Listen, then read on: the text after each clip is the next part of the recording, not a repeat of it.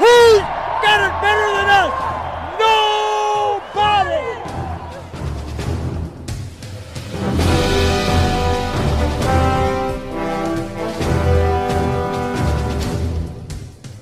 Want to focus on the things that have made us good all year long, an intensity that they can't match. And the other thing is the ultimate disrespect is when somebody takes what's yours. And this is our game, so that makes it so personal. Dominate on three. 1, 2, 3, dominate. I need 60 minutes. 60 minutes of me! 60 minutes, no business, no mercy! Nothing but shots on the shot bubble! You got me! We're gonna ring the bell!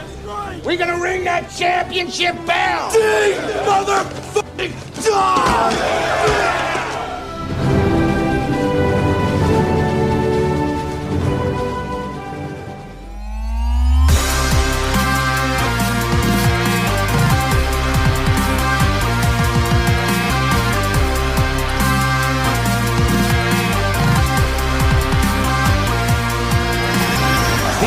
Ball is on Mitch Jeter's leg. Good snap, good hold, kick on its way, and the kick is good! Yes! Mitch Jeter, with 7 seconds left, gives the Irish a lead, 27-24. Notre Dame is on the precipice. Notre Dame has won the Orange Bowl. 3rd and 16, Mahomes rolling out. Looking, firing, intercepted, picked up by Cooper DeJean, gets a block, DeJean is in, touchdown! The Philadelphia Eagles have won Super Bowl 59.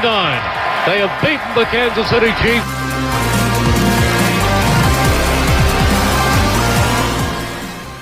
And now, welcome everyone to the Huddle Up Podcast.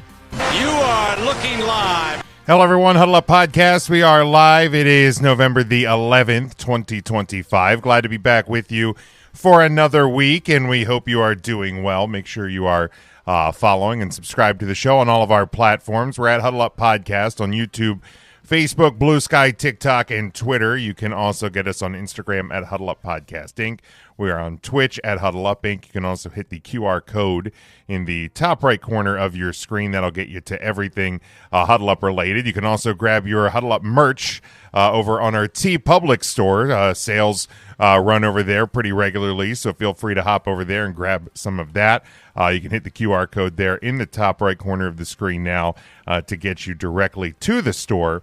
And then also, if you want to subscribe to our YouTube channel, which we certainly would appreciate and love for you to do, you can hit the QR code that is up there now. So plenty of options to get connected with Huddle Up Podcast all year long, and would certainly appreciate that. Our numbers definitely are doing well. We appreciate the support this year as always. Devin checking in with us in the comments already. Devin, how's it going? If you are with us live, we would certainly appreciate the comments there as well. So go ahead and leave one. For now, just me and Sean. EJ will likely be dropping by later, and possibly some of the rest of the crew. We never know when they are going to follow in. But Sean, how we doing this week? Well, we're doing. Sitting in this big empty bare room. Had a bit of a bed bug scare in the apartment. Had to ship out for a night and pay a cleaning crew to come in, and we've been trying to get things back in place. Most of it is just nothing on the walls, nothing on the beds, nothing.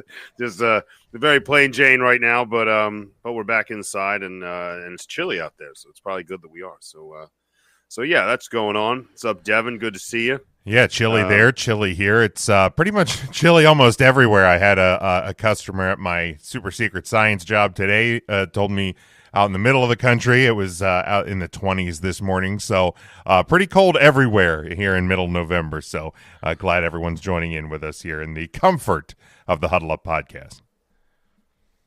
Yeah, it is. And, we're going to warm up a little faster than you, I think, here in this week. But we down here just didn't really get to a full dinner. So if I take a few bites of the last few bites of my dinner on the show, don't hold it against me, everybody. I promise to do it between words. We will do our best. But, let's go ahead and jump right in. The best of the week. As we do each week, we start off the show and celebrating the past 7 days in the world of football or sports, and we look at the best of the week. And Sean, let's go ahead and look back over the past week. What was your best this past week? Well, I'm an NFL guy on this segment. I like to pick the best of the NFL, and there were some good finalists. I give a shout out to Devon's Dolphins. I like to give a shout out to them as one of my finalists. Also had Matt Stafford as a finalist, who just continues to tear things up. But my best of the week comes from college football, and it's not from a school that you would typically expect me to pick. But I have to go with the USC Trojans special teams, who, in the midst of a must-needed drive on a fourth and 10, pulled a fake punt, complete for a gain of 10 yards that extends the drive, ends up leading to a touchdown that helps them win a game. And they find out post-play that the number 80 that they assumed was the punter, number 80, was actually third-string quarterback. They thought it was punter Sam Johnson. It was Sam Heward, their third-string quarterback, who also was listed as number 80 in the game, took the punt. No one any wiser. Throws a dime 20 yards downfield to a breaking receiver for the sidelines. And they're even making comments on the thing like, wow, that's a heck of a throw for a punter. And they're like, it's not him. And it's like the whole thing. What the fuck happened? And the beauty to me is that this thing was set up weeks ago. Like they had the play designed 3 weeks. Like for 3 weeks, this kid's been wearing number 80, and so has the punter, and they just never had an opportunity to use it. What the fuck just happened? And the fact that you're just like, well, we're just gonna keep this rolling. At some point, this is gonna work. You're gonna wear 80 now, and he's like, all right. Well, BYU's quarterback wears 47, so why not? Yeah, why not? But yeah, and it was just one of those. It's just one of those fun. There was a couple other ones. I couldn't dare pick Clemson running a fake extra point, or there was another big fake punt this weekend. So a lot of fun college football trickery, but I think it was the planning ahead and the follow through. Now I did hear a rules analyst say, good for you. A rules analyst said that it probably should not have been allowed. It's probably I think it's bad form, and I think the Big Ten is addressing it. I guess but the deception worked, but the controversy was I guess Mike Perea of the analyst said it as part of the NCAA's unfair tactics rule. That essentially, I guess, part of it is that a player can't wear the same. Two players playing the same position can't wear the same number. So normally it's not a big deal, but as soon as he entered the game as a punter and a different player, it should have been disallowed. Gotcha. I mean, the other team didn't have any problem with it. The officiating crew probably just didn't catch it. No, and I think that's probably what it is. And now I think officials, at least in the Big Ten, will probably be looking for that a little bit more, at least in But US. it's under investigation, I guess. I don't know what the ultimate. What are they gonna do? Fine them? Like, right? Like, you're not gonna. I don't think you're gonna take the win away or anything like that. But yeah, I think there are some of those rules about the numbers. But yeah, definite trickeration on USC's part. It was fun. Way to go, Trojans. I mean, you got to do it in a desperate moment against an unranked team, but nonetheless, good for you, USC. Mike checking in with us. He says, good evening and go Broncos. As they continue to the Denver Broncos continue to do things. Devin, best of the week. He said his Dolphins pulling up an upset beating the Bills. It sucks that he couldn't watch it, but hey, it's always better to not see an upset than see a loss, is the way I always look at that. My honorable mention, since you threw one of those out there, the New England Patriots doubling their win total from a year ago. And it looks impressive. Improving to 8-2, furthering their AFC East lead, again with that upset of the Buffalo Bills by the Dolphins. And yeah, they are doing it. They are playing extremely well and not looking back to the past. And Travion Henderson woke up. Sure did. Mike says his best of the week, Texas Tech, putting belt to ass on BYU. Yeah, certainly did, and we'll talk about that possibly in a little bit. But Texas Tech getting a little getting a little cocky there, the Red Raiders are. Their head coach making some comments directed at an independent team. We'll leave it at that. But some questionable choice there, but they did get the big win this past weekend. But my best of the week, and Jordan hit the nail on the head there in the comments as well. Omar Cooper Jr.'s catch from Mendoza in the back of the end zone, just one of the best. Now, granted, that wouldn't be a catch in the NFL, but it is a catch in college to complete the comeback win for Indiana at Penn State this past Saturday. I saw some takes that he may have had both toes in. On that catch. It was close. I don't think there was a definitive angle. I know there's a photo of him stretching both feet, and it's a very impressive. Oh yeah, display it's of physical ability. But good on the official. Like we've certainly given our complaints about officiating at times over the years on this show. But I don't know the name of the official, but the back judge was right on the spot, called it a touchdown on the field, which was the right call, made it easier to uphold the call. I think it would have been overturned had it been ruled incomplete because there was a clear view. I've seen shots of the one toe touching for sure, and I don't know how you would have not seen it. Yeah, like it would have been overturned if it was called incomplete, but good on him for getting the call right. And I know a lot of people, and we'll certainly probably touch on it a little bit in the rankings segment coming up here in a second, but a lot of people wanted to dog on Indiana, and you can if you want. It didn't necessarily surprise me that Penn State at home, coming off of the loss at Ohio State, refused to get embarrassed on their home field by Indiana. In what we tend to forget, but coaching decisions and injuries and things like that, there is a lot of talent, especially on the defensive side of the ball. My gosh, yeah. For Penn State, so they refuse. Well, and behind the quarterback, their running backs and wide receivers. I mean, they're good players, man. I mean, they're not slouches by any means. No, so they put up a fight. Indiana gets the win there. But another good week. That kid's going to get a couple looks from some NFL scouts in the offseason. The way that body stretched and moved midair, that's something that's hard to teach. You can try. But that kind of body control is unreal. Yeah, it absolutely is. So he got the job done in a very critical moment for the Hoosiers there.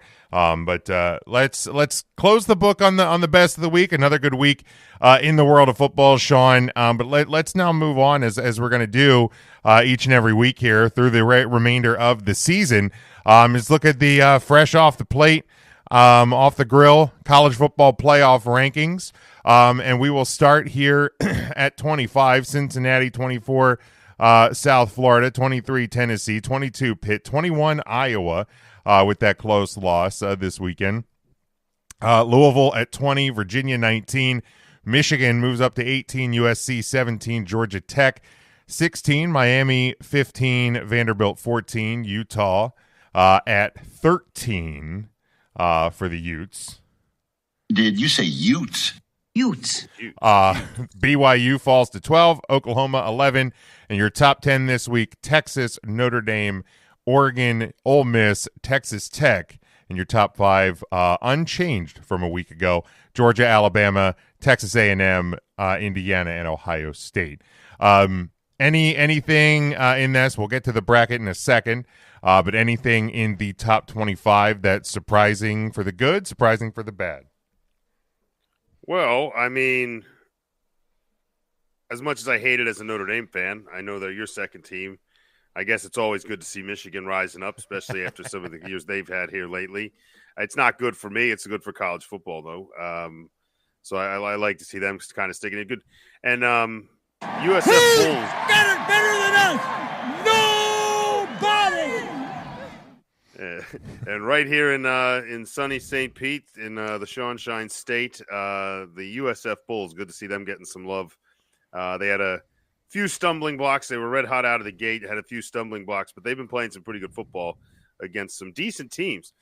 So it's good to see them getting some respect. I think a lot of times the smaller schools down here get overlooked. So I like that.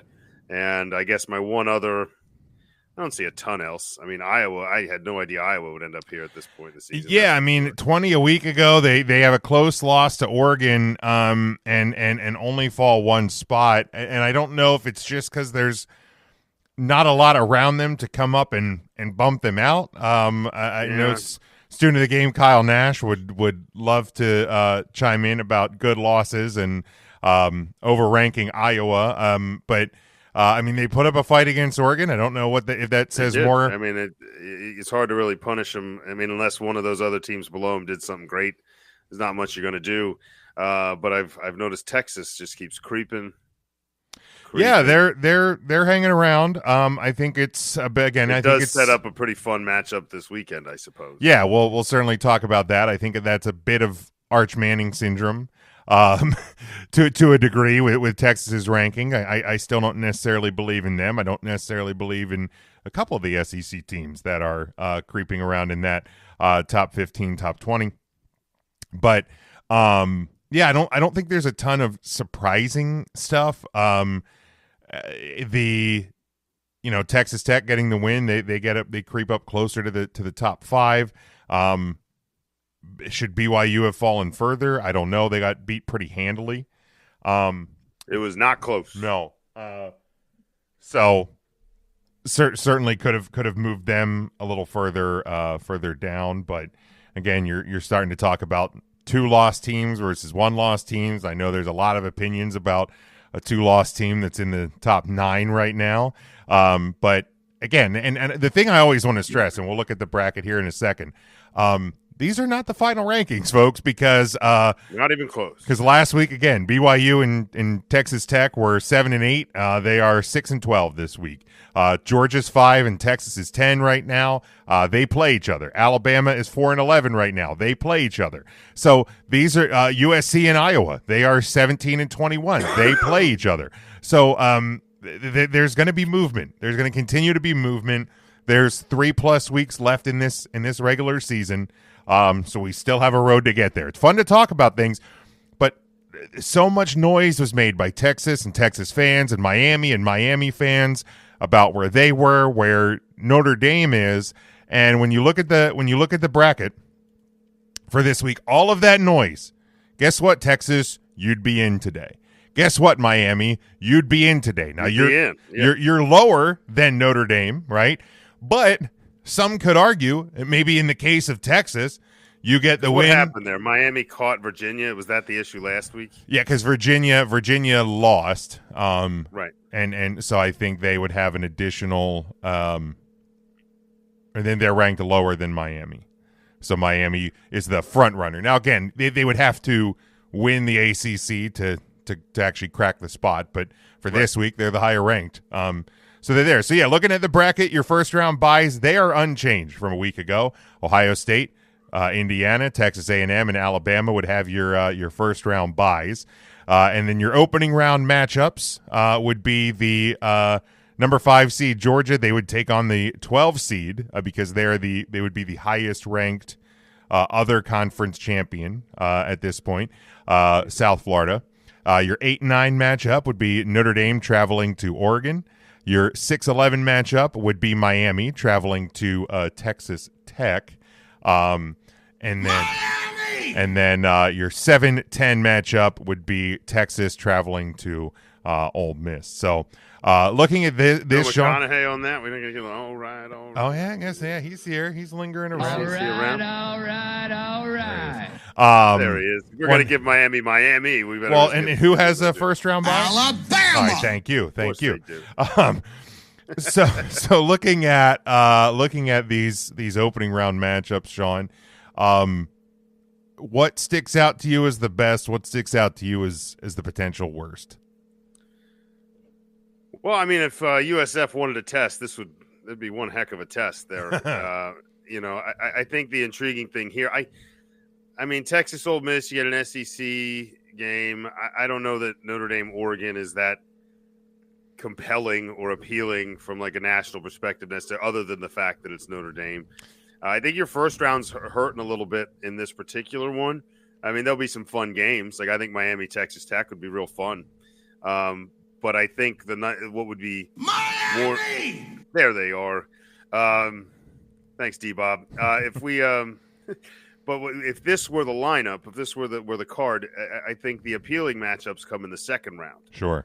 Because you have an opportunity for Georgia, Alabama. Mm-hmm. You have an opportunity for, Oregon or Notre Dame. Alabama At the Horseshoe would be. Well, so the second round is the beginning of bowl games. So those are neutral. Okay, so it's not at, but either way, playing those Ohio two, State, right? Playing Ohio State is a big one.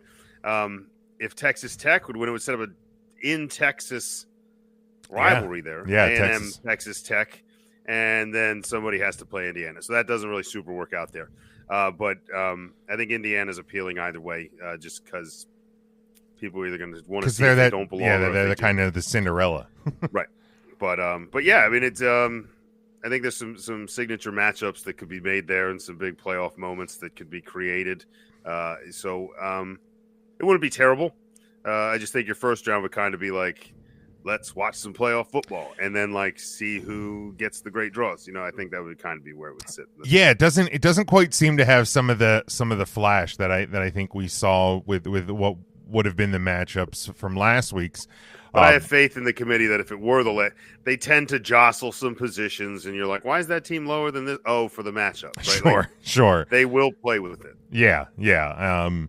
And yeah, but the wild thing is, I think right now, the rankings are about as right as you can get them at this point. I know there will be some that will argue maybe Texas A&M should be above Indiana. There's some.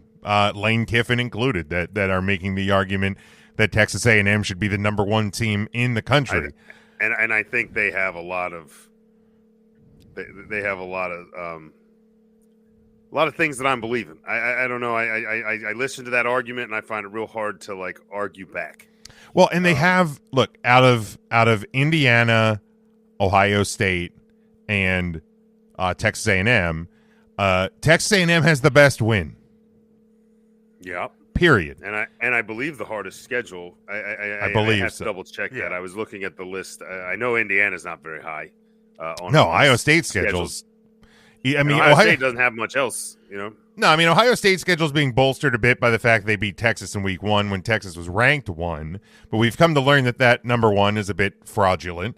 And well, now they're number 10 though. They are, but again, as things move and shift, and not to foreshadow my prediction, I don't think it's going to be a close one this weekend, and I think Texas is going to get exposed again this weekend, which would then kind of hurt Ohio State's strength of schedule a bit there as well.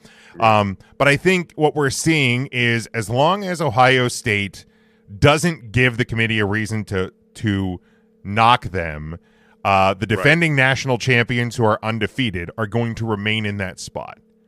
Yeah, most likely. I don't see any situation at this. If it hasn't moved at this point, no. I'm not so sure it's going. It would take either. Obviously a loss would do it, but it would have to take a pretty narrow escape against a team they have no business needing one to consider that. Sure. But yeah, I don't think there's anything super egregious, and I think it's because of how chaotic this season has been. Because do I actually think that Alabama is the 4th best team in college football? I don't know. But the problem is they've beaten Georgia. They have a bad loss to Florida State. But there's a lot of teams with a bad loss or 2 bad losses. And while I don't think they're the 4th best team, I guess it's kind of hard to argue with it. Yeah, the resume kind of says they are. Right. There's not much else to compare it to. There's obviously part of me that wishes Notre Dame was higher, but again, you did lose 2 games. You lost 2. You lost to Miami. You lost to Texas A&M. I get it's by 4 points. I get it's the beginning of the year, but you still lost. So the point of the matter is, and I've said it on this show. I've said it to anyone who still listens to me talk about sports not on this show, that fewer and farther between every year. It does happen. But the bottom line is, and I've even said it to Notre Dame fans because everybody's been, I'm worried about it. Miami lost again, and it's hurting our schedule. And look, first ranking came out, we were 11th. Second ranking came out, or 10th. The second ranking came out, we're 9th. The committee recognizes what Notre Dame is and what they've been doing this year despite those losses. If they win out, they will be in. If they lose one of their remaining games, they will be out. It's that simple. And that's it now. It's that simple for Notre Dame. Design where you're going to be. No. But you knew after 2 losses that you had your work cut out for you, and you might not get there. But you couldn't be like, well, we deserve to be like 4th. Like, you knew darn well that you were going to be lucky to get in, and now they're here, and now you just try to do what you can with it, I guess. Yeah, just try to keep winning. You have 3 games left, probably the hardest of the 3 coming up this week. We'll talk about it in just a second. But yeah, it's a snapshot of where we are right now, and at least this week, because last week it wasn't the case. We saw the committee have to go beyond 25 to get that 12 seed in. This year, this week, South Florida at least ranked 24th in the country. You have a ranked team in that last spot. One interesting tidbit that I saw people point out as some of these top teams in the ACC have continued to get picked off. Virginia lost this week. Georgia Tech had lost. There is a scenario, Sean, and I didn't even realize this myself, where it's not necessarily like the 4 Power 4 teams and then the best of the group of 5. It's the 5 highest ranked conference champions. So say the ACC starts knocking. So if they fall below 2 other conferences. Correct. You could have a Conference USA and an American Conference champion in over an ACC. So that's an interesting tidbit that I wasn't aware of, and that's a wow. So the Big 4 aren't locked in. The Big 4 are not locked in. It is just the 5 highest ranked. So I actually like that. That makes it way more exciting. Because that was always my fear, is you were going to have hypothetically, I keep throwing the same conference under the bus. Like, this one's for you, Kyle. The ACC. You were going to have an ACC team that fell so far down, but automatically got locked in because they were a conference champion, and that's not necessarily the case. But anything else bracket-wise for this week, Sean? No. I think we touched on it pretty good there. Let's close it out. There we go. And again, that is a snapshot of where we are. This is the second of the college football playoff brackets. We will have at least 3 or 4 more before the final one after conference championship weekend. So get as mad as you want about them. It'll be completely different next week. That's always my best advice. But all right, let's dive into the world of college football. And as the college football on ABC theme plays, that is going to be a theme here throughout the pick'ems this week. And we will start where College Game Day hails from this weekend. Western Pennsylvania. It's number 9, Notre Dame. They are 7-2, an 11.5-point favorite on the road at number 22, Pitt, who is 7-2 as well. This one, noon on ABC. Your over-under, Sean, is 55.5. Man, I hate that College Game Day's there. Tells them it's going to be real important. I don't want it to be important. It's just business as usual. Go get them. 11.5 is a big number, but I don't know how much I believe in Pitt at 7-2. I think both teams are gonna score. I'll take the over at 55.5. I'm just looking at that 11.5. What the heck? We got to keep making statements. We got past my scariest one. This is the next scariest one. Give me Notre Dame, not by a. This isn't 30 that I was an impossible touchable number. I think Notre Dame can win this by 2 touchdowns. I'll take it. Yeah, I think Navy was the scariest one. As I think Mike Golick Jr. put it on Twitter. For those of us that lived through the 2010s, it's refreshing to see a Notre Dame team put Navy away early again. Because there was a lot of years where either A, it came down to the end, or B, we actually lost, which was something that I still never had thought I would see, but we saw way too many times in our lifetime. Looking at Pitt's schedule, they started the year wins over Duquesne and Central Michigan. They then lost to West Virginia and Louisville. They've rattled off 5 straight over Boston College, Florida State, Syracuse, NC State, and Stanford. So some similar names that we've seen on our schedule. But close games against Florida State, kind of a close-ish game against Stanford 2 weeks ago. They've had time to prepare, but I just... When the calendar turns to November, there's been so much time in our life as Notre Dame fans where things started to fall apart. Under Marcus Freeman, it's kind of been the opposite. He seems to thrive in these challenging months. So as we did last year, as we've had to do again this year, I put my faith in Marcus Freeman and this coaching staff. Weather looks fine for Saturday. There's no worries about that. So I like Notre Dame. I like when a team is back against the wall. It's kind of where we're at. So and just scrap out of the corner. I like this mentality. Defense has been playing great. Offense seemed to have woken up. So I think we're back to playing where we want to be on both sides of the ball. I think we get the job done. I'm like you, Sean. I'm going to take Notre Dame to even cover that 11.5. And I will also take the over because I think there is going to be points scored in this game. Devin has Notre Dame and the over as well. Staying on ABC, we move to 3:30 Eastern Time. It is number 11 Oklahoma.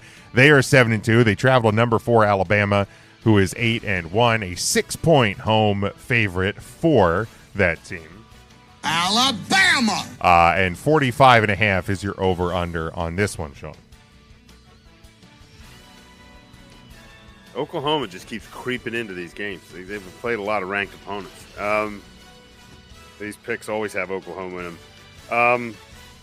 Oklahoma at times has had me worried about them, and I haven't picked them. And other times I'm completely sold on them. But the one thing I've been sold on, whether or not we think they're the 4th best team in the country or not, is Alabama is back. Much like Michigan being back, being good for college football. I think when Alabama's up at the top, I don't want to see them win a national championship or anything, but I definitely enjoy that. I think Oklahoma may keep this close for a while, but I think push comes to shove in Alabama. I'm going to take the Tide to pull away. I'm going to say roll Tide. Roll Tide. Take the 6 points, way over that. 45.5. That feels low. So with my gut, I'm going to go over, but I think there's probably a reason it's 45.5.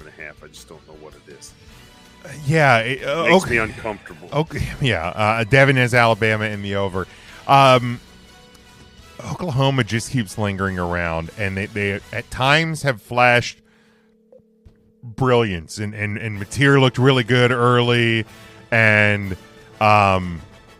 they look like a team that was going to really challenge for the SEC title, and then Mateer got hurt, and they didn't put it all back together, and they haven't totally got it going yet.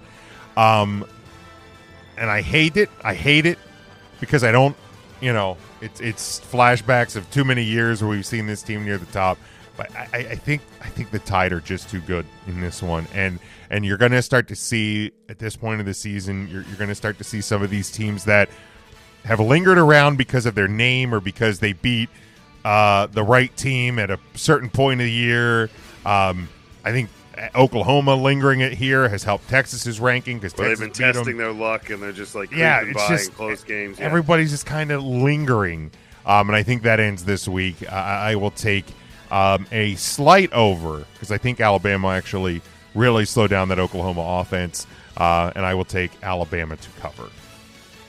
Alabama! We move our only game outside of ABC, so if you are still embroiled in the YouTube TV Disney battle, good luck seeing most of these games. But we move to the Big Ten Network, 3:30 Eastern Time. It is number 21 Iowa. They travel. They are 6-3, and they travel to the Coliseum to number 17 USC, who is 7-2, a 6.5-point home favorite. Your over/under on this one, Sean, 49.5. Yeah, I mean, Iowa's kind of got a feel-good story going right now, and a strong surge here late in the year with some, like we pointed out earlier, like a signature win or two to kind of hang their hat on. I think they're a team that needs to limit your scoring. I think they're a team that needs to, I don't want to say get caught in a low-scoring game, but I just don't know that they have the offensive firepower to keep up with some of these high-octane teams. And unfortunately, I think in this scenario, I think they're up against one. I don't think USC is one of the best offenses in the country by any means, but when I've watched them play, there's a lot of speed there. We know they're willing to use trickery and potential cheating to win, even in small games, as I pointed out earlier. It's another one of those teams. I think USC is trying to get into that tournament, and I think with 2 losses, if they can get another strong win or two here, I think that they could push depending who loses. And it's one of those teams, like I said, that college football is better when they're good, and I think they are. Give me USC to cover 6.5 points. At 49.5, I'm going to take a slight under, even though I just talked about how much I like USC's offense. I'm not sure Iowa's going to keep up in this one, and I think their defense may limit USC a bit. So an interesting thing with Iowa being 6-3, they've won easily against the likes of U of Albany, UMass, Rutgers, Wisconsin, and Minnesota. They struggled out a win against Penn State. Their 3 losses to number 16 Iowa State, then number 11, now number 2 Indiana, and then number 9, and now number 8 Oregon. The interesting thing in those 3 losses, playing the 3 teams better than them, the scores in those games were 16-13, 20-15, and 18-16. When Iowa needs to step up to the plate, their defense answers the call. Their offense does not answer the call. But they answered enough to keep it close. And maybe that's more of a product of the defense. So I am taking Iowa to cover the 6.5, and I will take the under because that's what Iowa does in these games, right? Like, Nothing is over! USC will win, but it will look less than impressive, and it will be closer than it should be. Iowa will keep it close, but they will fall. Devin, much like me, he has Iowa in the under. I think he's going with the same logic there. And then last one, let's go back to the ABC network.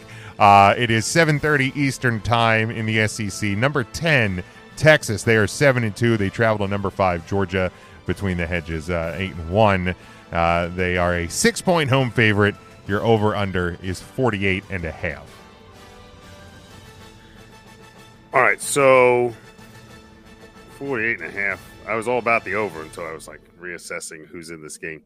No, give me the over, 40.5. I'll go with my gut there. I know you are already leading one way based on some previous sentences uttered on the show. I love Georgia. I know how hard that place is to play. And Georgia has been kind of the cream of the crop. Now Alabama may be it. Who knows? But I've got a sneaky feeling. Alabama! I've got a sneaky feeling that Texas isn't going away. That Texas is going to just be another SEC team muddling this tournament and just hanging around. We're just going to fill it up with more SEC. Arch Manning's not going away. Plus, I had him at the end of my tournament at the beginning of the season, so I need him to be there. I like Texas at the very least to cover that 6 points. But I think there is a chance that they just come in there and they sneak one out, and then both teams are just still in. All right. So yeah, Matt, I'm with you, McConaughey. Let's go Horns. We're gonna shock the world this week. Well, that's the thing. If Georgia wins, Texas is done. If Texas wins, both of them are still very much alive. Very much alive, yeah. Very much alive. So if you're tired of the SEC, you're rooting Bulldogs this week. Yeah. You're rooting Bulldogs and you're rooting for the Crimson Tide because that will effectively eliminate Texas and Oklahoma from the dance. Like that gets them out of there. Then you'll have to worry about Vanderbilt because they're going to keep lingering until if and when they lose. But that we'll deal with that at a later date. Devin has Georgia and the over. Look, Texas has had impressive wins over San Jose State, UTEP, and Sam Houston. Sam Houston's a big guy. Well, he is. He's a very big man. I'll even give them Oklahoma. I'll give them Oklahoma. That was 23-6. They have had close wins against Kentucky and Mississippi State and Vanderbilt. They've lost to Florida and, of course, Ohio State. I guess it was early in the year. Arch Manning was still figuring it out. Offensive line was still figuring it out. I'm not saying Texas is a bad team. What I am saying is the media loves themselves some Mannings, okay? And the more they could try to sneak Arch Manning and another Manning. Remember, this is ESPN. ESPN, they run the show. They run the playoff ranking show. They own the rights to the playoff matchups, the games, the bowls. They have the Manning cast. You don't think they want to have a special Manning cast for a bowl game? Like, everything they can do to try, they will. But the one thing they can't account for is on the field, 60 minutes, once the ball kicks off, Georgia is just that much better. Georgia covers, Georgia wins, and I will take the under because Texas won't score enough to get that score over. I think this just wipes Texas off the map and further solidifies who the power is in the SEC and who it is not. So that is where we will leave. Sorry, Matthew McConaughey. I need to find like a Georgia. There's got to be a Georgia. Yeah, I mean, there's got to be something. There's got to be about a bulldog. Some sort of Georgia. Yeah, I mean, just I'll get a bulldog barking. I'll leave that down like a Georgia sound bite. We need something, yeah, because Georgia's always here. They're always around. I feel like I should get an Oklahoma, like the beginning of the Oklahoma song from the musical. Yeah, probably should be it. Or just Oklahoma, okay. I think that's it. That's it. I don't think that's exactly how it goes. That's kind of what they are. They're just okay. They are usually just okay. Which kudos to them. Most of us aren't that. So who knew when they were abbreviating that state that they were just predicting the success of their largest college football? There team. It is. That's awesome. Well done, Oklahoma. Well done. All right, let's, Sean, move into the world of the National Football League. Bye weeks this upcoming week. The Colts and the Saints, just the only two teams, will be off. Saints can't lose. They can't lose. They won this past week even. So 2 weeks in a row without a Saints loss. Nobody would have had that on their bingo card. Nope. Kind of a piece of news from this past week. Of course, Brian Daboll fired by the Giants. Can't really say it's much of a surprise there. I think the writing was starting to be on the wall. You thought maybe he'd get to the end of the season with the Scatterboo injury and with Jackson Dart playing well, but when you kind of look at and I know our pal EJ will be on with us here in a little bit. Loves the word optics. The optics aren't great when you have a severe injury to one of your players, and it was a freak thing. Jackson Dart, 4 concussions, right? Already in his early NFL career. That's insane. And when Russell Wilson hits the field, it's embarrassingly bad. Well, and that's just it. Like I don't know how much one tiny fucking embarrassing. What kind of tiny decision, like who your second string quarterback is, would play into not it. Looking at Jameis But when Winston. you're in a tight game like that, and the energy level is, even without Scatterbo, the energy level with Dart is high. Not as high as it was when they were both there, but it's high enough. And they're in a competitive game. You don't think that would look better? EJ's optics, you don't think they would look better with Jameis Winston at the helm than with Russell Wilson? Like, how has Jameis Winston not gotten the – and I think – and I'm not going to say it's all the only reason that Daboll gets fired after this week. But I think that sad, mopey puppy vibe walking onto the field and trudging down and then looking at the guy that was like, yeah, I'm the one that's kept him at 2. Right. EJ crashing. I think that had a much larger impact than you would think. EJ crashing in here looking like oldie One Kenobi with the hood up there and the I get it because he has a hood. It's cold down here, buddy. His beard. Yeah, it was cold here too. I was going to do the show outside. I pulled a plan B. That's probably a good choice. I actually would have done it. I'm not even going to lie. But yeah, EJ obviously is the alleged Giants fan in the panel. Daboll fired. I don't think there's much of a surprise there. I mean, at this point, you can't be surprised. Like you heard rumblings for weeks now about like they almost fired him after the Denver loss, and John Mara had to be talked off the ledge on that one. But I think what really did it for him was not so much the losing; it was the amount of concussion protocols that Jack Dart's involved in. Yeah, it was you didn't fire Shane Bowen, the defensive coordinator, after the Broncos loss. Right. You stayed the course there. So when you add in the little things on top of the losing, because the thought was, certainly in my mind, I was always saying that what would save his job for the end of the season was the development of Jackson Dart, which has gone very well for the record. Sure. If he doesn't get hurt in that game in Chicago, they don't lose that game. Right. The Giants right now should be sitting with at least 5 to 6 wins right now. They've blown 4 games this year, leading by 10 points or more. Okay, 2 of those games, they're leading by 10 points more late in the fourth quarter. So, at some point, someone's got to pay for that. So, yeah. like, did I want Daboll to get fired? Not necessarily, but I understand it now. So, it is what it is. They did announce your GM Joe Shane remains for now. Yeah. For now, you think end of the year he's probably toast? Well, again, what may save him is that he's done decent with finding good pieces to build around. So that may save him, but who knows? Who knows how John Mara's feeling at this point now? I don't know. Yeah, I honestly don't know. I mean, is this the same GM that got rid of, let Saquon walk and correct? This is the same guy, right? Correct. So I mean, he may find cheaper pieces, but he got rid of an exorbitantly good one. Sure, he probably should have gotten fired last year for that. I mean, here's the deal though. You look back on that, and surely the Hard Knocks off-season, the clips and the sound bites there do not age well. No. I also think Saquon Barkley's mind was made up. I think he wanted to go to Philly.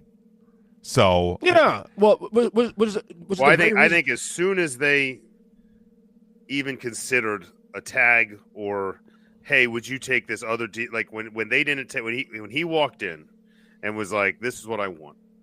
And they were like, I don't think we can give that to you. There's at that moment, and there's no reason for him to be loyal at that point. Like, the man's done everything for you. He's taken your franchise tags. He's drugged your, embarrassing display of season after season through the muck on his back, selling jerseys while no one else on the team is a desirable. Like, he was the guy. And when push came to shove and it was time to throw somebody out there for a press conference after a terrible loss, they put the smiling face, beautiful looking, face of the franchise out there to kind of be like, well, we're working hard and we're looking to next. And that should be your coach doing that. Right. But it's been a bad run. And the GM's responsible for all this. So he survives this too. I don't know. I don't know. I don't know if he's surprised, to be honest. And as an Eagles fan, I'm all for it. I just want to be for you. I root for the guy. I stick around, bud. Just like every year, I root for Jerry Jones. The thing is, too, also, Shane and Daboll were kind of like a package because they came from the same place, from Buffalo. So they came in New York as a package. Buffalo could use an offensive mind up there. They had a pretty rough time this week. Oh God, yeah, that was bad. Looking for a job. But like I said, the only good news right now, and obviously he's got to hold up injury wise. He got to start sliding, whatever. But we did nail the quarterback. We have a quarterback for the future. That's good news. Now they got to build around that going forward. Yeah, they got to make sure he stops getting concussions because your quarterback, that's what I'm saying. The quarterback of the future will very quickly become the quarterback of the past. Absolutely, if he does not. But he might think it's the past right now. Well, that's true. He's living in 1965. He might. This team has been cursed for 14 years straight.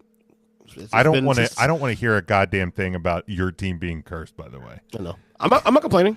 Good. All right, let's get into the games. We're here in week 11. Curses. We only won by 3 points. All right, let's win, buddy. Let's get into the games. We will start Sunday, 1:00 Eastern time on CBS. It is the 6-3 Tampa Bay Buccaneers. They travel to the 6-3 Buffalo Bills, who are a 5.5-point home favorite. Your over/under on this one is 49.5. EJ. And now you know why I say I don't trust the Bills. You see why? You go to Miami. My guy, I've been saying I don't trust the Bills for 5 seasons. Yeah, I think we've been on that train longer than you guys. That's you guys. This is for the audience. Right. I had Bills Mafia the last week, mad at me when I said, "Oh, well, do it in January." I don't trust you guys, and you're mad at me now, and you put that shit in the next week. Come on now. That being said, tough game. Both teams need this win. I'm not gonna go as far as say it's a must win, but they need these. Both teams need these wins badly to get the season back on track. I'm gonna go Buffalo, but this is a tough game, honestly, because Tampa is tough. Ooh, I go Bills here, but best bet here is the over.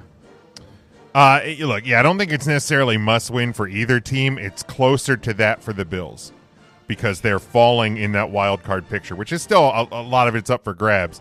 Tampa Bay still kind of holding steady a bit in the South, because the South stinks. Sean, Bucks and Bills. Yeah, I don't think this is a must win for the Buccaneers in much respect. I mean, unless your goal is to win the NFC, maybe then keep pace. But as far as staying alive, not even close for the Bills, like you said, you're chasing the Patriots at this point. So, right. Of course, the way that defense plays, they're used to chasing people. So that's good. They are. Both these teams are up and down. We still don't know if Bucky Irving's coming. Probably not. I have a friend of mine who writes. I forget that. I want to say fan-sided, but he writes. He's a Buccaneers writer, and Bucky will be out this week. Yeah, I heard it was after in a conference after the game. They said he's not ready to take a hit, which is not good because you play football. So that's disheartening. Mayfield's in a slump. Give me the Buccaneers only because it's 5.5 points, and I might just win that on a cover. And I will take the over. I'll go with the over with EJ. I think the over is a pretty decent play here because the Bills' defense sucks. Yeah, I was going to say good get-right game for Baker Mayfield, probably. Yeah, or Baker Mayfield as well. Baker Mayfield, that's who's been playing.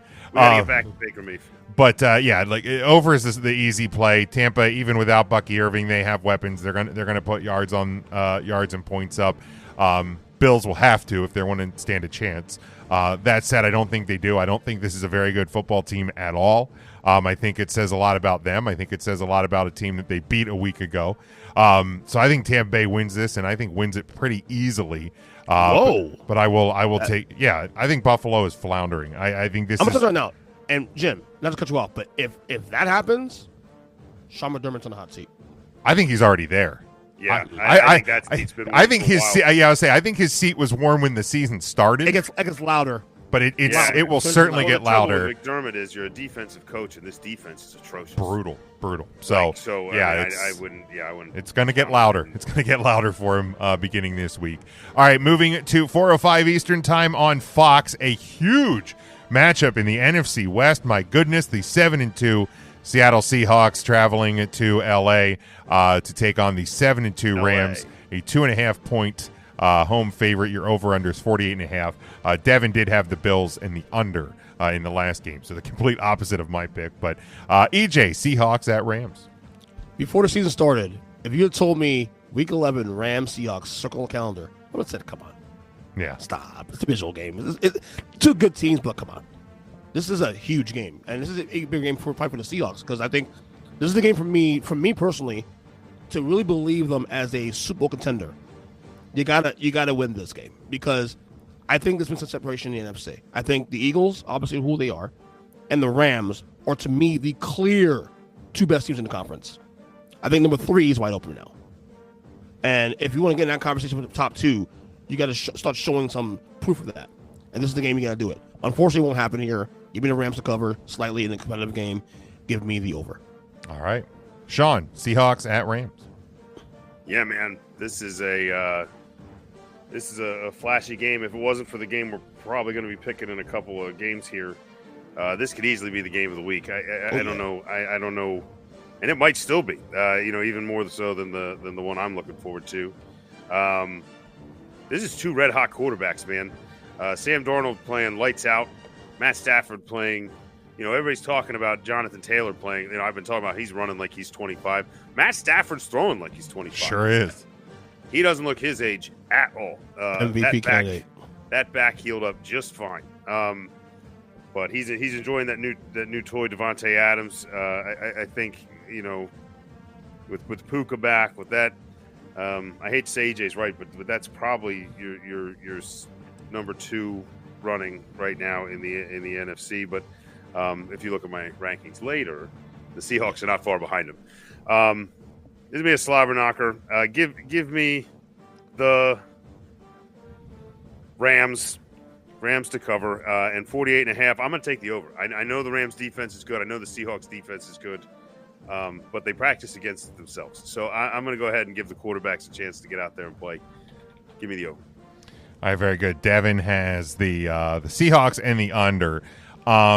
Look, I mean, the Rams obviously playing extremely well and doing what we expected them to do and more. But I think you look at Seattle, they're doing far more than anybody expected. And I think there's still a lot of people who are doubting them. I am not one of them. I think this is among, if not the best teams in the NFC. And I think they're going to stamp that this Sunday. I think they go into Inglewood officially and win this game, take over the sole lead spot in the NFC West. And I think we're going to see a slight under, because I think if you're Seattle, the key to winning this game is to slow down that Rams offense. And as good as the Seattle offense has been, that defense has been just as good. And it's reminiscent of what the Seahawks were when they had their most success in their franchise's history. So, I think Seattle goes in and does it. So, I will say they showed me something on Sunday against Arizona. Not so much beating Arizona, but how that they were only a 6-point favorite. Right. So you're thinking, okay, divisional game, maybe it could be frisky, close situation. No, they came out there never like fucking gangbusters from the word go. That shows me something. That shows you you're a serious team. Fair, the Rams did the same thing to the 49ers. Sure. Yeah. So right. It's like it was a but I also think that the 49ers are closer to being the Cardinals than they are to being the Rams or Seahawks. But you just got to, the 49ers, it's because of injuries as well. The Cardinals just suck. The 49ers are banged up. They did come back in the game a little bit, made the game. One-score game. Well, yeah, I mean, that's when Sean McVay's kids were playing offense, so, Right. But again, they showed me something on Sunday when they did it. Now you got to beat a team that's above you, a team that's who I believe is a Super Bowl contending team. So, all right, Sunday, 4:25 Eastern time, a battle in the AFC West. The 5-4 Kansas City Chiefs, a 3.5-point road favorite at the 8-2 Broncos. Your over/under is 44.5. EJ, and this is why they're in my power rankings, because Vegas agrees with me that they're on the road against the team that's 8-2 and still are 3.5-point favorites. What does that tell you? Well, it's also because everybody loves the Chiefs. The Chiefs are terrible, EJ. They are the worst 8-2 team I've ever seen. Correct. In fact, you'll see very, very shortly in our rankings. The Denver Broncos. Or don't have them. And to me, it's simple. You got to prove to me that this is your time. Like, Broncos are winning games. They're beating. That Raiders win was very, very ugly. They probably should have lost that game too. You want me to take you seriously? Bury the Chiefs, because if the Chiefs lose this game, it's going to be. It's going to get a lot harder. I'm not going to say they're done in the AFC wildcard situation, but it goes a long way in setting the stage because then you got to play Indy the week after too also. So if Denver wants to be taken seriously as a contender, bury this team now while you can at home. For now, give me the Chiefs, give me the under. All right. Sean. Well, the Broncos are doing right now just what they need to do each week. They're getting just motivated enough to play better than the team on the other side of the field, and not much else. And they're relying on a defense, albeit a very good defense. Best in the league, I think. Ironically, I think the best thing that could have happened for Denver is the Chiefs being a 3.5-point road favorite, because it's bulletin board material without the other team saying anything. And I think if you're Denver's coach and you're Bo Nix and you're trying to rally and all, that's where you try to hang your hat. Unfortunately, not only do you have a much healthier Kansas City Chiefs team and a team that's riding and a team that now has Rashee Rice with a couple of games under his belt, you have Andy Reid after a bye week, and that is never a good place to be. And I think the Chiefs know right now it's just get into the playoffs, but if the Chiefs want to have a shot at this division, you're going to have to take this team down probably twice. And so here's your first shot, and they're going to do it. They're going to go into Mile High. They're going to have themselves a time, and I think it stays close for a while, but that motivation level starts to drop once Rashee Rice breaks one for 40 yards, or somebody does something exciting, or Pat Mahomes makes a throw that no human should make. And I think that moment happens, and I think it's a pull away from there. Chiefs easily in Denver, and thanks to that easy win, I'm going to take the over because I think there's going to be a lot of points scored here. Devin has the Chiefs in the over. Crap. Denver is, probably the most fraudulent 2-loss team we've ever seen. They are scraping by. They are barely winning.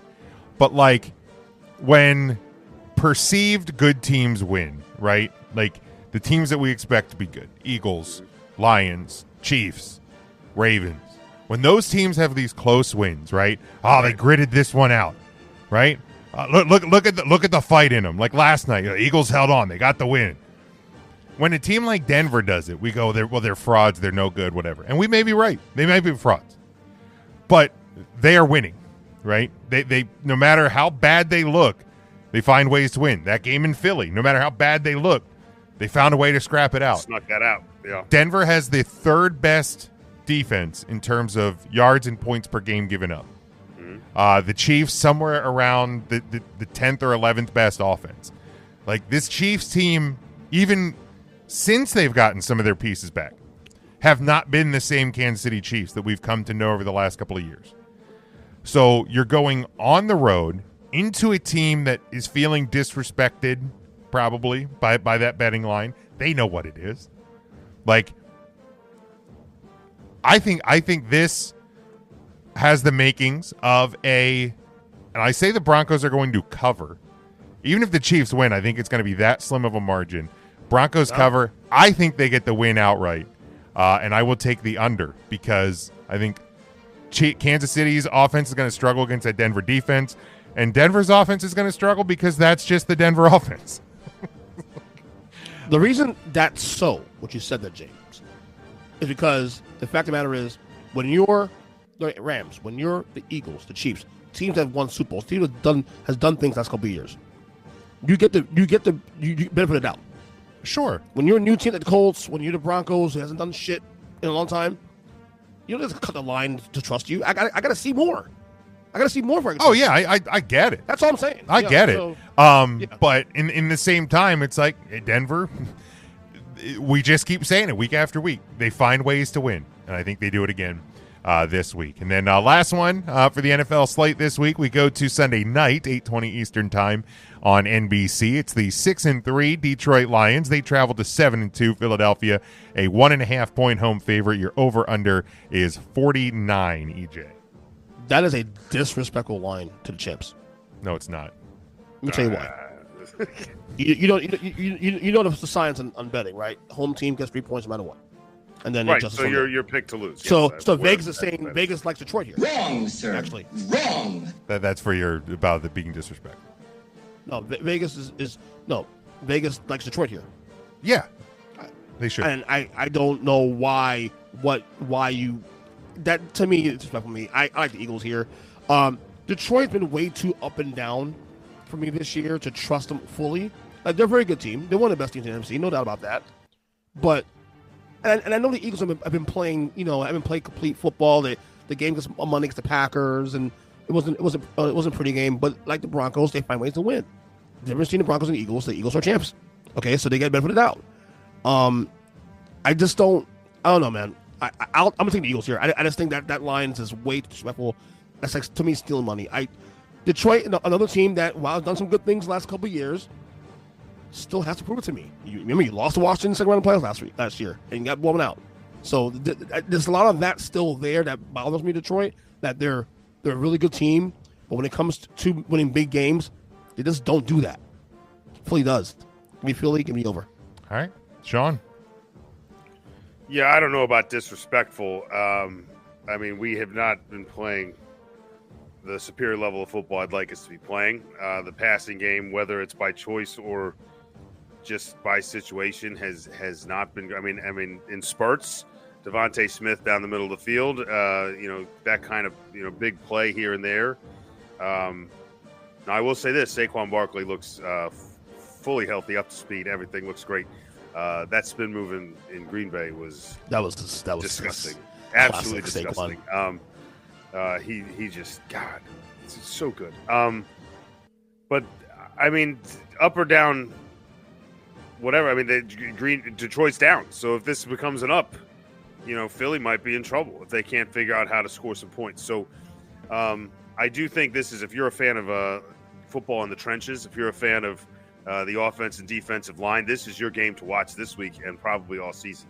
I think, from the offensive line of Philadelphia, Lane Johnson, healthy or not, is probably the best shot to slow down some of that pass rush from Detroit. And I think on the other side of the ball, we have some health on the Eagles' defensive line. Might get a chance to get in there. I'm still going to take my Birds. I think they find a way to pull this out. And we finally get to see that game that we were hoping was the championship game last year. He caught that. But like you said about Denver, like, they're finding ways to win. And minus that game against Denver, which was incredibly disappointing. I think in close games, the Eagles have kind of figured that out. And I'm going to take what I think is a slightly better roster, and I'm going to take what I think is a slightly better quarterback. And I think it's going to be a fun game to watch. Give me the Eagles, and I guess the over on that. That sounds good. All right, got it in just in time there. Look, this is not a disrespectful number. The Eagles, I get, were on the road at Green Bay, but struggled against what I think is a bad Packers team. And you have a shorter week against a team that, albeit against a bad Commanders team, looked really damn good. Dan Campbell has taken over the play calling duties. I think you saw some rookie mistakes from the new offensive coordinator. So Campbell takes those duties away from him, lets him focus on just kind of tweaking the things that need to be done in game and during the week. Campbell knows this offense. He knows how to get him going. He's gonna find the spots to exploit the weaknesses on both sides of the ball with Philly. And I just, when I look at these two teams, I feel like the Lions are trending up. I feel like the Eagles are flatlining a bit. I'm not going to say they're trending down. They keep winning. But I when I just look at the two teams, I feel like the Lions are kind of starting to ascend a little bit. So I will take the Lions to cover. I will take the Lions to win. And I think we do get an over because we do have two good offenses here. I think it'll be enough to get them over that 49 number. So, but yeah, it should be another good Sunday night football game. The Monday night football game for the second week in a row will not be good as the Cowboys and the Raiders. So people who are still embroiled in you'll still watch, buddy. Of course I will. I'm an idiot. But glutton for punishment. Well, it's our last chance to win for the year too. So that's well, I'll be watching my bet. I need my bet to come through, which are not going to come through. Yeah, so. Good luck with that, pal. But Devin had the Lions in the over there. Jason says, don't see a Giants or Cowboys jersey on. Yeah, I mean, I'm still a Cowboys fan. I know it's dark. It's a Cowboys jersey from the 90s, a special champion, one in black, and up there is the Cowboys mini helmet. You know what's funny, though? I don't do sports jerseys. I don't think I've ever seen you wear a jersey. I've grown out of that. I grew out of that shit years ago, to be honest with you. Meaning that he got fatter than the jersey. He's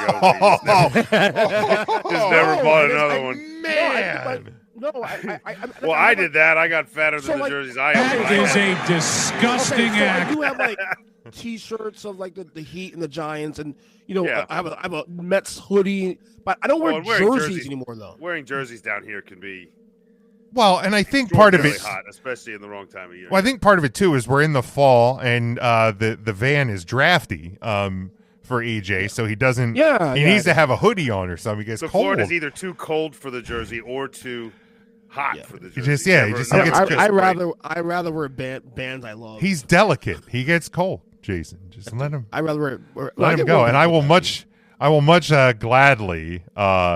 I will much gladly support Notre Dame at this point than my Cowboys. Yeah, he says, jerseys are about 200. Yeah, if you're buying legit ones, there's that part. Which I mean, there's places where they're not $200. Yeah, on eBay. Yeah, eBay. You can go. DH Gate, which our show's probably going to get shut down now, but that is that. But all right, let's get into the rankings as we do each and every week. We look at the top 10 and the bottom 5 in the National Football League, and let's start with the bottom. EJ, what is your bottom 5 for this week? Bottom 5, here we go. 32, 28 the Raiders, 29 the Browns, 30 the Saints, 31 the Giants, and 32 the Titans. All right, Mike this week has Giants 28, Browns 29, Saints 30, Titans 31, and Panthers at 30. What? Yeah, that one kind of surprised me. Not a good team, but I don't think they're among the worst 5. But Sean, your bottom 5. Well, not much of a change from EJ, except here at 28, I have the Jets. By the way, Raiders probably 27. Yeah. But then I rounded out with rounded out with the Browns, Saints, Giants, Titans, just like EJ did. Yeah, for me, I pulled the Jets out of mine. Not because they're very good, but because they beat the team that moved into mine at 29 and the Browns.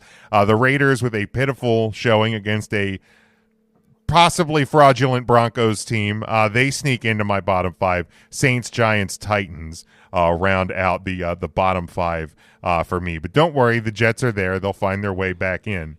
I have a hunch that Mike probably put Carolina as 32 because he had a bet. He lost money in the Panthers.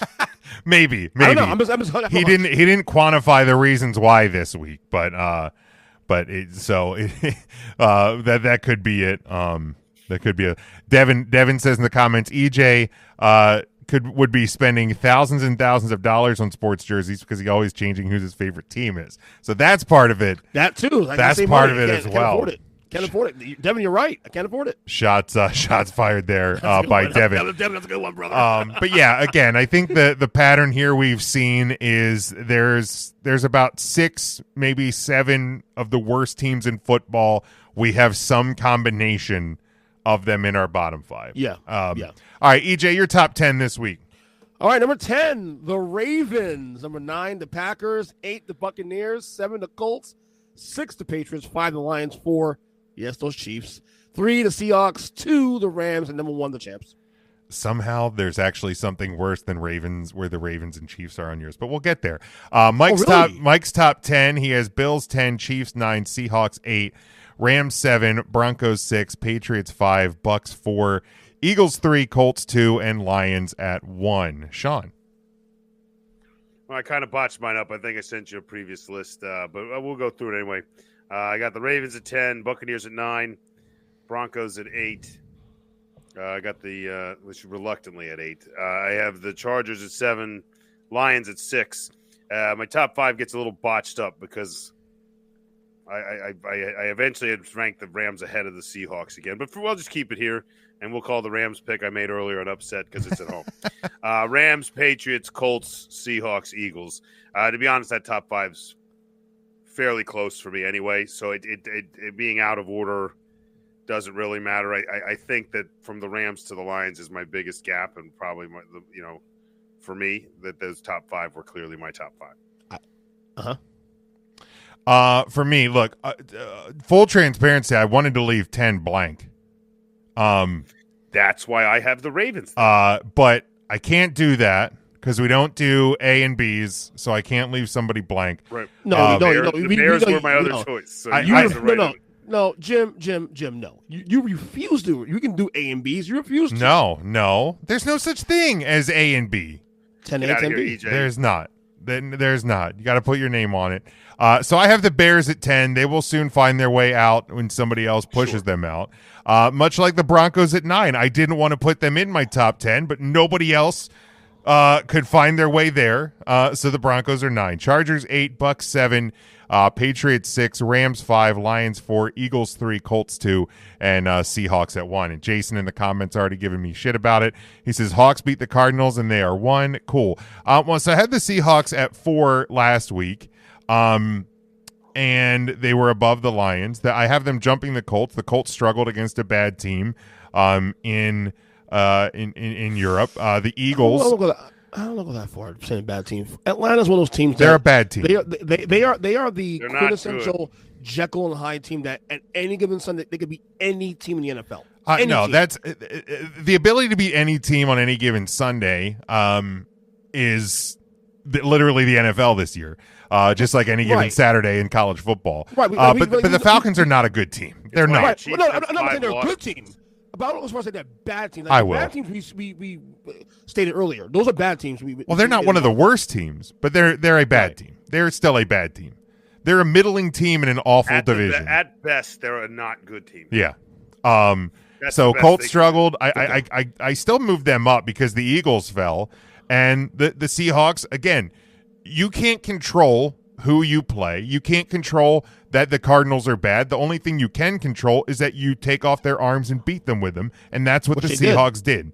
So, yeah, and he says, can they beat the Rams? The last segment says, absolutely, I think they win against the Rams. So there's the answer to that question. I don't hate it, Seahawks number 1. I would have done it, but I don't hate it. I don't hate it at all. The Seahawks could and would can beat anyone in the top 6, Jason. But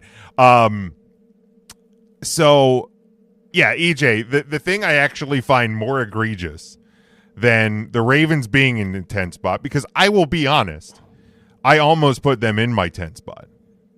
Well, so I wasn't being cute then. I wasn't cute. Ravens, Bears. So when I did this, I thought I was being cute here a little bit, and then here is Sean, who by the way, this entire podcast, we're agreeing with each other a lot today. You are.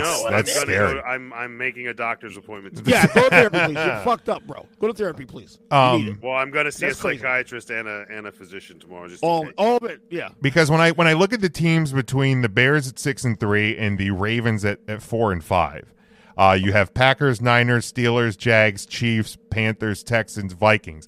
I think the Ravens beat all of those teams. Correct. Agreed. Like, I think the Ravens are trending in the right direction. Correct. All of those teams are trending in the wrong direction, or at least flatlining at best. But what I think is actually worse than the Chiefs at 4 or the Ravens at 10 is the Packers at 9. I don't think the Packers are one of the 9 best teams in the NFL. So it goes back to like the whole by default thing. You would like have to with Denver and Chicago. One of the 19 best. Right. I do think they're better. I do think the toss-up team them in Denver. I think they're better than the Bears still. We'll know more soon. But it's not like Green Bay is like, this is a team that had number 2 1 point, early in the year. So I mean, here's the thing. When I look at the Packers, like they looked good against Detroit week 1. Okay, that's a team that has brand new coordinators on both sides of the ball. Since then, you've had a mildly good win against Washington. You lost to the Browns, tied the Cowboys, tied Dallas. Kind of barely beat the Bengals, barely beat the Cardinals. A 10-point win against a not good Steelers team. And the last 2 weeks, you've lost to Carolina and Philly. And it's not only that you lost to those teams, you've put up 13 and 7 in those 2 weeks. Jason, like you're trending in the wrong direction. No, right. You can throw Jason's last comment up there about because I would agree with him here. And we trashed the Bills earlier, and I would argue that the Bills, even if you really break the Bills and the Packers are not far off from each other. The one they thing are very similar right now. The one thing about the Bills I will say is who they beaten. At least Packers have a quality win of 2. Buffalo's doesn't have one. Are you counting the Detroit week 1? I mean, that's fine if you want to do that. You have to count week 1. The Bills beat the Ravens week 1. I was going to say that. Well, that's the only one, and that's the only quality win they have. Well, then there's the Bills' quality win. So, and it took a meltdown on one side. What happened? Sure, but I mean, it took two brand new coordinators on the Lions sideline for the Packers to win. I'm surprised that when you were saying that, you're like something worse than the Ravens and Chiefs. I'm like, what could be worse than the Ravens and Chiefs? Yeah, I think the Packers are. The Packers being in is pretty. I don't hate it. Yeah. I was discussing my head. Should I put Denver in finally and whatnot? But to me, Denver is not. I'm still not there yet. Yeah, I had him at 9 last week, and the problem is like the other teams kind of in around that spot all lost this week, so I couldn't really move them in to get above Denver. Right. I guess if I had to do this all over again, do you know who I put in a spot? The Chargers. Yeah, I think the Chargers would beat the Packers right now. Absolutely. Yeah. Because their offense is going to be able to move the ball against that Packers defense. And the Chargers defense, although maybe a little bit disappointing so far this year, would absolutely shut down whatever this Packers offense is right now. Yeah, they've been shit last 2 weeks. I agree with that. If I do this all over again, I'd probably put the Chargers in there. Yeah. And again, your Chiefs are too high, but I'm giving up that fight for now. It is what it is, buddy. Yeah, looking at some of the comments, Jason giving some thoughts here. He says, Rams, Colts, Patriots have shown me there is the top 3. Rams are all-around better team.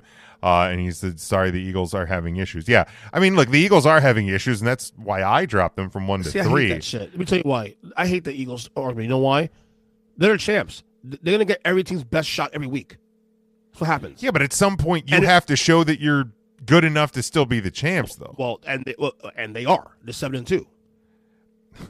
A 10-7 win over the Packers is not convincing. And when they beat Detroit this week, that'll be more clear. Well, if they beat Detroit this week, they'll be my number 1 team again. Yeah, well, that would definitely do it. That would lock them in. I think the one it's like a weak flex, but the one thing I pointed out to someone else is they're like AJ Brown. I'm like, yeah, well, the Eagles are winning without even using AJ Brown.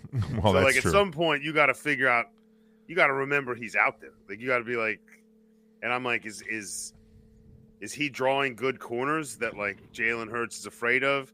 Does Jalen have a bad shoulder? Does he not have confidence? Something's not right because he doesn't seem afraid to heave one to Devontae Smith down the center of the field. He does that 2-3 times a game, but I don't see the same shots to AJ. So at some point you got to get him better routes. You got to get him in a part of the field that Jalen's comfortable with. And if they can figure that out, then that's what's going to elevate it. But I mean, until you start getting your best, arguably your second best offensive weapon involved, you're gonna struggle to beat teams. Fortunately, defensively, they've been able to do it. So, and by the way, he was saying something about how the Rams should be number 1, probably whatever. Eagles beat them for the record. I don't know if you forgot that. So it did happen, right? But I will point out in this, same as I point out to the Miami fans in college football who still think that the U should be ranked above Notre Dame. A head-to-head win is a single metric when you put rankings together. So yes, it matters, but it only matters to a certain point. It should matter a lot more, though. Head-to-head goes along. Head-to-head is a big deal, though, in my opinion. But here's the thing: the Packers beat the Lions 10 weeks ago, right? So like that they're not better than that. The that Lions. doesn't hold as much water. The Eagles beat the Rams in week 3. That's 2 months ago, bud. So like I'm not saying it's but it should hold some water, a lot more water than more weight than other things. Well, but again, it depends on when the win is. Like and part of the reason why I would have like the Ravens over the Vikings is because they just beat them, literally just beat them. But like the Eagles beating the Rams in week 3 does not hold the same water as Ravens beating the Vikings this week, because it just happened. That's a picture of what these teams are now. The Eagles and the Rams are not exactly the same teams they were when they faced each other. So, like, yeah, it means something. Like, certainly Miami beat Notre Dame. We know that. We saw it on the field. But you can't tell me sitting here November 11th that you can confidently say that the Miami Hurricanes are a better team than Notre Dame is right now. Like, you can't. Well, I agree. That part I agree. Like, I'm not sure you can confidently say. Like, you can say it, but, like, if the Rams and Eagles played on Sunday,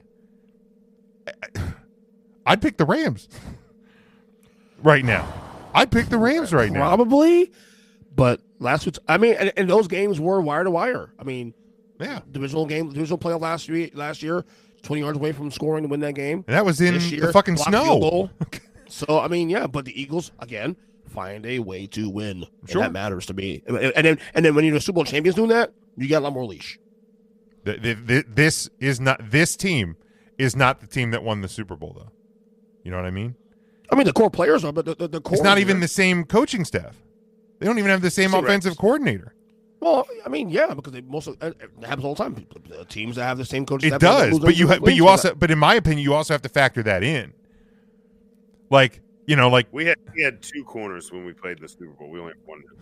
And right now, if you ask Eagles fans today, because I know there was at times they were frustrated with Kellen Moore, but would you rather have Kellen Moore as your OC or the guy who's there now? The answer would be Kellen Moore. Usually, yeah. So those are those hidden things that I think you do still need to take into. I mean, I do agree with you. Like I said, if I had to pick right now, they played right now, neutral field. I may take the Rams myself. And you should. But if they played right now in Philadelphia, I'd have a hard time. Right. I'd probably pick the Rams no matter where the game was played. If I'm being, I don't know. I had a hard enough time picking them over Detroit, and that was the weather. The homer button probably was about as accurate this week as anything. But in that case, though, Sean, the weather would matter because the weather did cost them the game last year in the playoffs. Yeah, and Jason brings up another good point as well. Like the Ravens a couple weeks ago, just talking about how quickly things can change and where you stack things up. 3 weeks ago, Ravens looked like a 12-loss team. Now they're in multiple top 10s and almost made it to mine. Right, maybe listen to me for the last like 3-4 weeks. I told you, Jason, that they were going to turn around. But EJ, everything they're saying, they're doing. I'm certainly not discrediting you from that. I think we were all kind of saying nobody, at least on this panel, and if anybody was, it was more probably idiots on social media as opposed to people who actually know ball, because the Ravens, they were losing. Yeah, they looked bad. They also looked very bad compared to expectation. But the thing is, Browns stink, Bengals beat up in bad defense, and most people wouldn't let the Steelers pass the eye test. Like, this was always the Ravens' division to still catch, even a month ago when they were still the favorite when they were in last place. So, I think we were all kind of saying it, all kind of echoing it. In fact, I think they're still division favorites at the time too. They were, they've never lost that title. Anything else from the rankings, guys? I'm good. All right, I'm solid. Yeah. All right, very good. So let's move on to the end here and do it as we always do to close up the show. You better lock it up. You better lock it up. No, you lock it up. You lock it up. Lock it up. Lock it up. All right, we look ahead to the weekend that will be, and we pick what will happen this upcoming weekend. Sean, what will happen this weekend? Oh man, let's see what will happen. EJ, you got it. You got one. I'm between like 3 right now. I got one. All right, EJ, what'll happen this weekend? I think your boys smash. Lock of the week. You got smash. Double-digit win over Detroit Eagles. Double-digit. Lock it up. Ooh. Disrespectful. Well, I don't get. Yep. My goodness, double digits. Ooh. Well, one of us is going to have fun with this next week. All right, Sean. For record, I hope I'm wrong. I hope it's EJ. That's right. Sean just got real scared there for a second. He says, well, EJ's high on my team. What do you want me to do? Like, I'm in full panic mode now. Right. I know ball. I'll tell you. God. And I know EJ. That's true. Rip point. You sound insane. All right, Sean, what will happen this weekend? Oh, man. I don't have a lot of individual stuff. I'll go with my most out on a limb one of the 3. Obviously, McCarthy and the Vikings, fresh off a couple of good victories, trying to take control of the North. I'm going to say that ends this week. I'm going to say that Caleb Williams rides the hot hand, all but against some weaker teams, proves himself in the NFC North at least a little bit, and the Chicago Bears roll into Minnesota, and I'm going to lock in a victory for Caleb Williams and the surging Chicago Bears. There we go. Jason asks here, he says, if you were Burrow, do you leave the Bengals or stay? Where would you go? If it was my choice? If it was my choice, I would leave. Out. Because, much like another high-statured athlete from the state of Ohio, if your team doesn't give you the help you need, you go win elsewhere. And you could probably go to a lot of teams that have teams that are more primed and ready to win there. But Devin says his lock of the week is the Dolphins continuing their winning ways against the Commanders overseas. So that is the last of the Europe. Commanders overseas. That sounds like a film. It does sound like a film. It does. Like, let's see that one. What's that? So I had 2. I had an NFL one. God. I had an NFL one and a college one. But, I kind of teased this earlier. After head coach Joey Maguire took a odd and somewhat cowardly shot at Notre Dame in his weekly press conference this week, number 6 Texas Tech will lose at home to 4-5 UCF. Lock it up. And you can hear Kyle post about that on the Black and Gold Banneret. Ding. Bing. My other one was like just like in more like fun because sports media will sports media. When the Eagles, I'll say if they lose, but when the Eagles lose, and the Cowboys win, the sports media discourse on Monday will be, are the Cowboys back in the hunt? Of course. Like, of course. Because at that command, bro. Because at that point it would be the Eagles would fall to 7-3, and the Cowboys would be 4-5-1. So it would be like 2-ish games. 2.5. Yeah, like 2.5 games. So like this would be sports media's shot. They're right back in it. They're right back in it. Big win over the Raiders. It's Dak's division. We're back and we're live. That you can already hear it. ESPN for first take and hot take or whatever the fuck they call it. Again, I don't get the obsession with the Cowboys. They're so fucking boring. It's because everybody cares about them. Like everybody cares to talk about them. They care about it because they were forced to care about it because they make us because you either love the Dallas Cowboys or you hate the Cowboys. Yankees, Lakers, Notre Dame, Dallas Cowboys, Dodgers. Mm-hmm. Like Dodgers. It's F the Dodgers. I just like to get that in. Yeah, fuck the Dodgers. But I agree. It's the reason why so many people, ACC, SEC, Big 12, like everybody's taking shots at Notre Dame. Why? Because they're the popular one to take a shot at. They're the most polarizing team. Jason, that's adorable. Pitt will beat the Irish. Good for you. Good for you for thinking that. I think they will. Come back. Well, of course you do because you are a hater. But come back next week, Jason, when that doesn't happen. But all right, guys, let's close up the show I mean, dude, Sean and I both picked Indy to cover the 11.5 on Saturday.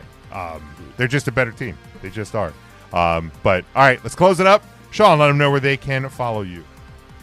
All right. Outside of being outside enjoying the cold, as long as I can get back indoors in front of my computer, you can follow me on Twitter at Sean Shine State and find all the little hilarious memes that I'm sharing on there. Yeah, you can also find me in front of the Eagles when they're on TV. So go Birds. All right, EJ. Rescue Podcast across all podcast catchers. On Twitter at EJ Christian 7. And yeah, Pitt is very frisky. I will say that they are frisky. I mean, sure, beating Syracuse without a quarterback in Stanford is frisky, but okay. They're capable of being any team in a given week, but no, I joke around, but Irish should win this game.